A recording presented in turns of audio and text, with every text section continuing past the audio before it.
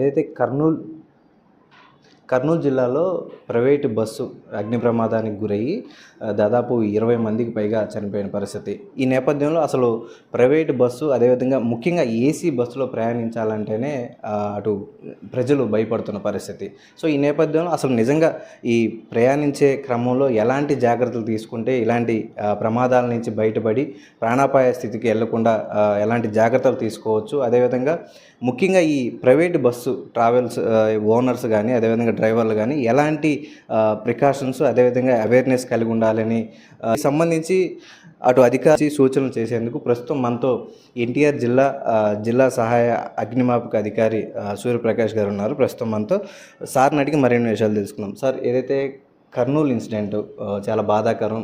So ఇలాంటి సంఘటన అసలు జనరల్గా మీ అబ్జర్వేషన్లో అసలు ఏ విధంగా ఈ ఫైర్ మొదలైంది, దీనికి సంబంధించి ఇలాంటి జరగకుండా ఎలాంటి జాగ్రత్తలు తీసుకోవాలంటారు? సో మన జరిగిన ఇన్సిడెంట్ చాలా బాధాకరం. సో ఇలాంటి ఇన్సిడెంట్ కానీ జరగకూడదు ఉండాలంటే కనుక కొన్ని సేఫ్టీ గైడ్లైన్స్ పాటించాల్సి ఉంది. అట్లాగే ఆ రోజు ఫైర్ ఎట్లా జరిగింది అంటే, బైక్ని కారు ఆ బస్సు గుద్ది ఫ్రంట్ వీల్ నుంచి కొంత దూరం రాపిడి జరగగానే అక్కడ ఫ్రిక్షన్ ఒకటి ఏర్పడింది. అట్లాగే బైక్ యొక్క పెట్రోల్ ట్యాంక్ నుంచి ఆయిల్ లీక్ అవ్వడం, ఆ ఫ్రిక్షన్ నుంచి వచ్చే స్పార్క్ని క్యాచ్ చేసి ఫైర్ అయింది. ఫైర్ అయినగానే వెంటనే ఆ ఫైర్ ఆ వెహికల్కి అంటుకోవడం, బస్కి అంటుకోవడం స్టార్ట్ అయిందనమాట. ఆ స్టార్ట్కి వెంటనే బస్ అంతా స్ప్రెడ్ అయ్యింది. సో ఆ టైంలో కనుక బస్ డ్రైవర్లు కనుక వీళ్ళు అటెండెంట్ కానీ బస్ డ్రైవర్ కానీ ఈ ఫైర్ మీద ఒక డిజాస్టర్ మీద ఒక అవగాహన ఉండి ఒక ట్రైనింగ్ అయ్యి ఉంటే కనుక వాళ్ళు అంటే ఫైర్ వస్తే ఏం చేయాలి, దాన్ని ఎట్లా ఆర్పాలి, ఒకవేళ ఫైర్ వచ్చిన తర్వాత పబ్లిక్ని ఎట్లా అవేర్నెస్ చేయాలి, వాళ్ళని ఎలాగా సేఫ్ ఎవాక్యుయేట్ చేయాలి, అంటే కిందకి ఎట్లా దింపాలి, ఎమర్జెన్సీ డోర్లు ఎట్లా ఓపెన్ చేయాలి అనేది వీళ్ళకి ముందుగా అవగాహన ఉంటే కనుక వెంటనే పబ్లిక్ని అవేర్ చేసి వీళ్ళు వెంటనే వాళ్ళని చెప్పేవారు, వాళ్ళు వెంటనే దిగేవారు అనమాట. సో అక్కడ అవేర్నెస్ లేకపోవడం వల్ల ఇన్సిడెంట్ వెంటనే డ్రైవర్ యాక్సిడెంట్ అవగానే ప్యానిక్ అయిపోయి దిగి పారిపోయాడు అనమాట.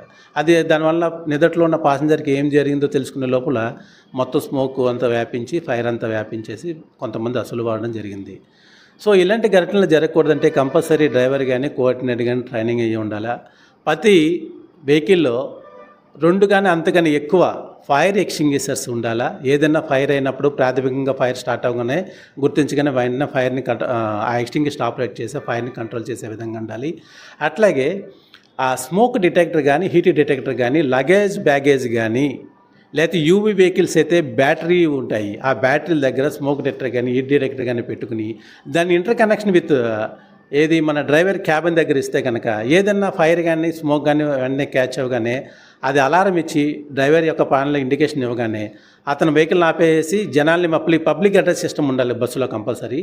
ఆ పబ్లిక్ అడ్రస్ సిస్టమ్ ద్వారా అనౌన్స్మెంట్ ఇచ్చి ఆ పబ్లిక్ని అవేర్ చేసి ఆల్ ఎమర్జెన్సీ డోర్స్ అండ్ ఈ మెయిన్ డోర్స్, ఒకవేళ మెయిన్ డోర్ కనుక ఎలక్ట్రికల్ షార్ట్ సర్క్యూట్ అయ్యి ఫైర్ అయ్యి ఎలక్ట్రానిక్ సిస్టమ్ డ్యామేజ్ అవుతాయి, కానీ మాన్యువల్ ఆపరేటెడ్ కూడా ఉండాలి.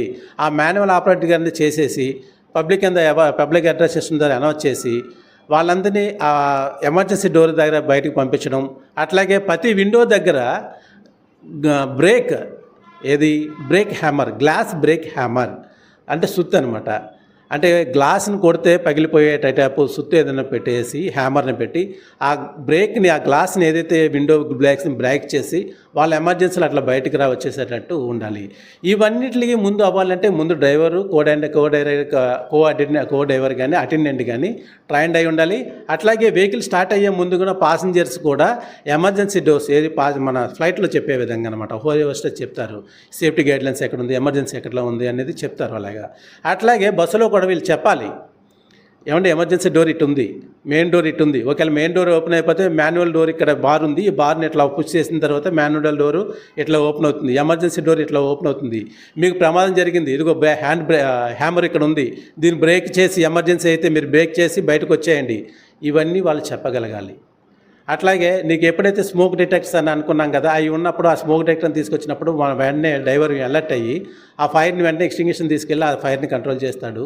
ఇవన్నీ అవేర్నెస్ ఉండటం వల్ల అలాగే పాసింజర్స్ ఎక్కి వాళ్ళన్నీ తెలుసుకోవడం వల్ల ఈజీగా సేవ్ అవుతారు, ప్రాణాల నుంచి ఎటువంటి ప్రాణాలు లేకుండా సేవ్ అవుతారనమాట.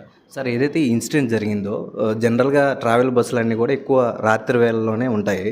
సో ముఖ్యంగా ఈ రాత్రి వేళ జరిగినప్పుడే ఏదైనా కొంచెం పెద్ద విపత్తు జరిగే పరిస్థితి ఏర్పడుతుంది. సార్ రాత్రి వేళల్లో ముఖ్యంగా అసలు ఎలాంటి జాగ్రత్తలు తీసుకోవాలి? దీంతోపాటు అసలు ప్రైవేటు బస్సుల్లో ఫ్రంట్ ఒక డోరు వెనక డోర్ ఉంటే చాలా సేఫ్టీగా బయటికి వచ్చే అవకాశం ఉంది.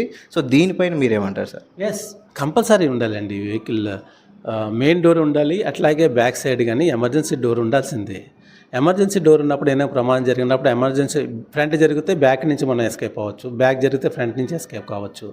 అట్లాగే ఏమీ కాకుండా ఉంటే రెండు వైపుల నుంచి కూడా డోర్స్ ఓపెన్ అయితే మనం రెండు వైపుల నుంచి ఫ్రీగా మూవ్మెంట్ అయ్యి బయటకు వచ్చేయచ్చు. కంపల్సరీ ఇది ఉండాలండి. సో అదేవిధంగా సార్ ఇప్పుడు ఏదైతే టెక్నాలజీ బస్సులు అందుబాటులోకి వచ్చాయి, కానీ ఇంకా ఈ అగ్ని ప్రమాదాలు జరగడం, దాదాపు బస్సు మొత్తం పూర్తిగా దగ్ధం అవడం, అంటే ఎలాంటి ఎక్విప్మెంట్ పెట్టుకుంటే ఈ అగ్ని ప్రమాదాలను కంట్రోల్ చేయొచ్చు? సో మీరు యాజ్ ఏ ఎక్స్పర్ట్గా మీరేం చెప్తారు సార్? ఇందా చెప్పాం కదండి, మన లగేజ్ ఉంటుంది. ఆ లగేజ్ దగ్గర ఎవరు ఎలాంటి లగేజ్ క్యారీ చేస్తున్నారో తెలీదు. కొన్ని ఫ్రిక్షనల్ లగేజ్ ఏమన్నా క్యారీ చేసినప్పుడు ఈ స్పీడ్ బ్రేకర్లో కానీ గోతులు కానీ పడినప్పుడు ఆ ఫ్రిక్షన్ ర్యాపిడ్ అయ్యి మనం చెప్పుకున్నట్టు వెంటనే ఆ లగేజ్ ఏదైనా ఫైర్ అయితే కనుక అక్కడ హీట్ డిటెక్టర్ కానీ స్మోక్ డిటెక్టర్ కానీ పెట్టుకున్నా అది డ్రైవర్కి ప్యానల్కి కనెక్ట్ చేసి ఉంటే కనుక వెంటనే పలానా ప్లేస్లో ఫైర్ అవుతుందని ఇండికేషన్ వస్తుంది. వెంటనే వీడు బస్ పక్కన పెట్టేసి ఫైర్ ఎక్స్టింగ్విషర్ తీసుకెళ్ళి ఫైర్ని పుట్అప్ చేసేస్తాడు. అట్లాగే పబ్లిక్ అడ్రస్ సిస్టమ్ ఉండాలి. పబ్లిక్ అడ్రస్సింగ్ సిస్టమ్ డ్రైవర్ దగ్గర ఉండాలి. ఆల్రెడీ మీ దీంట్లో టీవీలు ఆ సౌండ్ బాక్స్ ఉంటాయి కదా, పబ్లిక్ సిస్టమ్ చాలా ఈజీగా ఉంటుంది. జస్ట్ ఆయన పెట్టుకుని వాళ్ళు అనౌన్స్ చేయాలన్నమాట, ఏమంటే ఇట్లాగా ఫైర్ అవుతుంది, లేకపోతే ఫైర్ అంటే ప్యానిక్ అయిపోతారు, కానీ ఎమర్జెన్సీ సిచ్యువేషన్ ఉంది, మీరు అందరూ దిగిపోండి, మీ దగ్గర ఎమర్జెన్సీ డోర్స్ ఓపెన్ అయ్యి ఉన్నాయి, అందరు గబాబా దిగిపోండి, మీ లగేజ్ని వదిలేసి దిగిపోండి అని అనగానే వాళ్ళు టక దిగిపోతారు. అంటే పబ్లిక్ అడ్రస్ సిస్టమ్ ఉంటే ఏంటంటే నైట్ టైము మనం అనుకున్నట్టు మీరు అడిగినట్టు కూడా పడుకున్నప్పుడు కానీ అవేర్నెస్ అయ్యి వాళ్ళు వెంటనే దిగిపోయి బయటకు రావడానికి చాలా ఈజీగా ఉంటుంది అనమాట.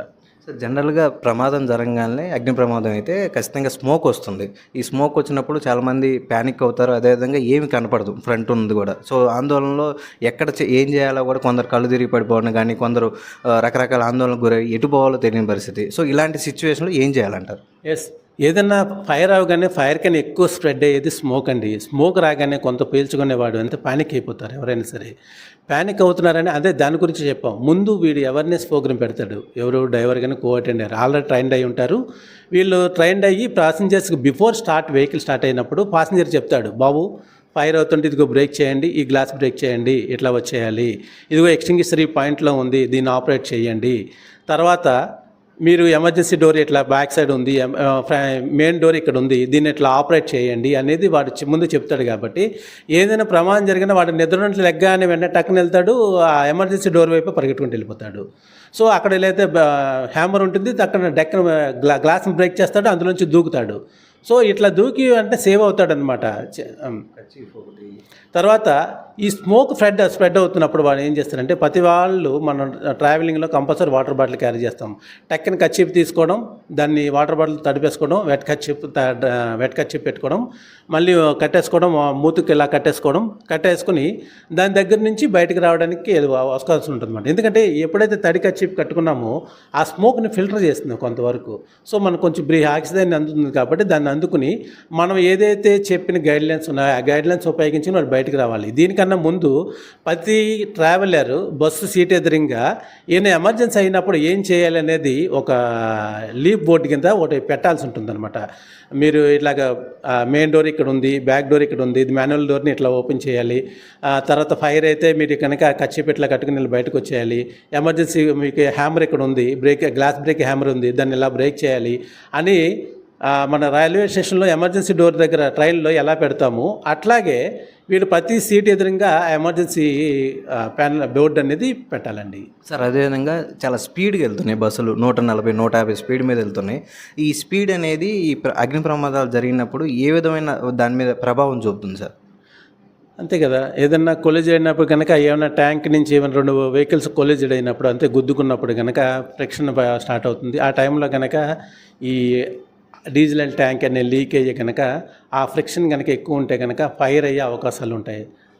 సో స్పీడ్లో ఆ ప్రమాదాలు ఎక్కువ జరుగుతాయి కాబట్టి అది కొంచెం ఆలోచించాలి. సరే కొంచెం ఏదైతే అగ్ని ప్రమాదం జరిగిన వెంటనే కూడా ప్యానిక్కి ప్రయాణికులు గురి కాకుండా ముందుగానే ఏదైతే డ్రైవర్లు కానీ వాళ్ళ అసిస్టెంట్లు కానీ అవగాహన కల్పించాలి. ప్రతి బస్సులో కూడా అగ్ని ప్రమాదం జరిగినప్పుడు ఎలాంటి జాగ్రత్తలు తీసుకోవాలి అనేది డిస్ప్లే చేయాల్సి ఉంటుందని చెప్పి మనతో చెప్తున్నారు. దీంతోపాటు ప్రతి విండో దగ్గర కూడా ఒక హ్యామర్ని ఏర్పాటు చేస్తే ఎమర్జెన్సీ సిచ్యువేషన్లో దాన్ని అద్దాన్ని పగలగొట్టుకొని వెళ్ళిపోయే అవకాశం ఉంటుంది. దీంతోపాటు ప్రతి బస్సులో కూడా 2 డోర్లని ఏర్పాటు చేస్తే ఫ్రంట్ ఒక డోరు, వెనకాల ఒక డోర్ ఉంటుంది.